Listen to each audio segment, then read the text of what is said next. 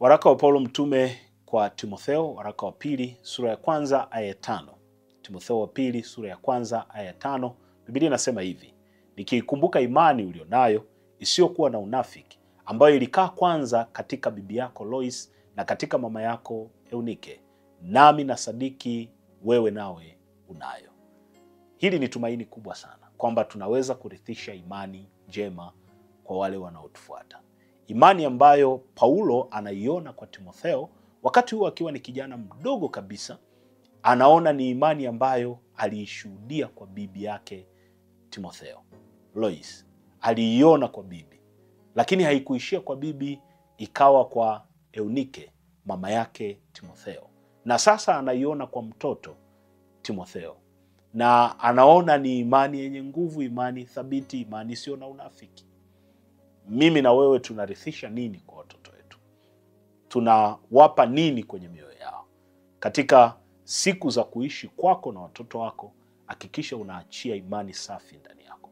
Wawe na imani thabiti isiyo na unafiki. Kama ambavyo Paulo anashuhudia kilichoko ndani ya moyo wa Timotheo kwamba kimetoka kwa mama na kilitoka kwa bibi, maana yake kuna uwezekano kabisa na wewe ukaanza kuachia hicho ambacho Mungu amekiweka ndani yako kwa watoto wako. Imani ulionayo, imani isiyo na unafiki, ukaanza kuiambukiza kwa watoto, na watoto nao wataambukiza watoto wao. Imani hii itaendelea kuishi na wataendelea kuwa washindi katika maisha. Kwa hiyo kile alichojifunza bibi akafundisha mwanae, na mama naye akafundisha mtoto wake, kuhakikisha ya kwamba imani inajengwa, inaachiwa, inarithishwa. Na wewe unao watoto wako chini yako wengine, kama mlezi wao, hakikisha ya kwamba unapanda imani njema ndani yao. Usipande mambo maovu, mambo mabaya. Wasikuone ukitenda vitu vibaya. Usiwaaminishe kwamba ubadhirifu, wizi ndio maisha. Wapandie imani safi sio na unafiki.